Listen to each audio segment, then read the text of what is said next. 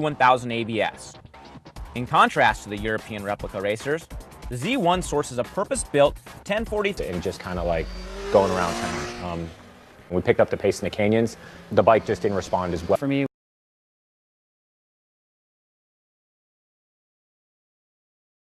with the Kawasaki was, the handling, coming into the corners, the thing was just wiggling around. It never really felt, too planted, and I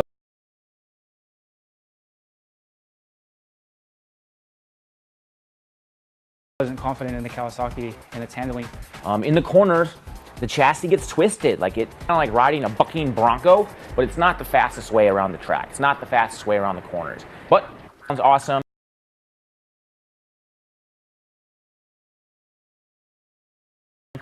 It's super easy to ride. It's just a very, very smooth, nice all-around Japanese bike bikes have.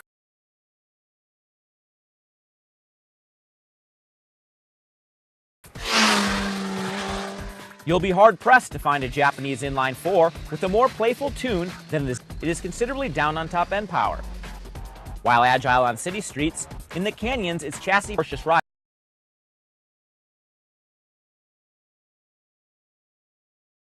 over bumps.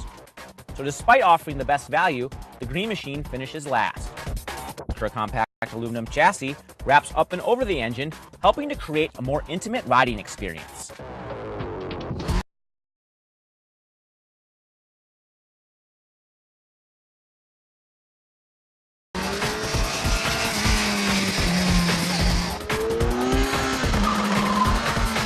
Not want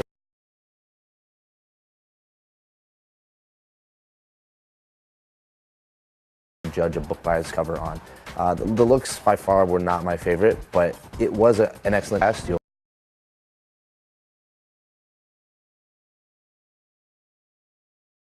catch on to this bike immediately and have a great time with it. Power was exceptional. It was a little bit hard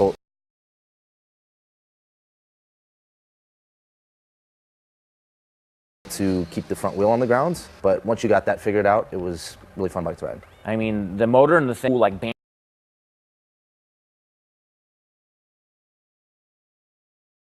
Banshee style wail, for an inline 4, it sounds the part. The motor wails, mid-range is so wide on that thing, it's absurd. The motor is super fun to ride. It's just kind of herky-jerky on the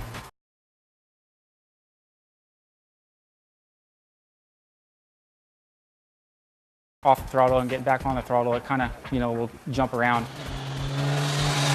It really, to me, seems like a great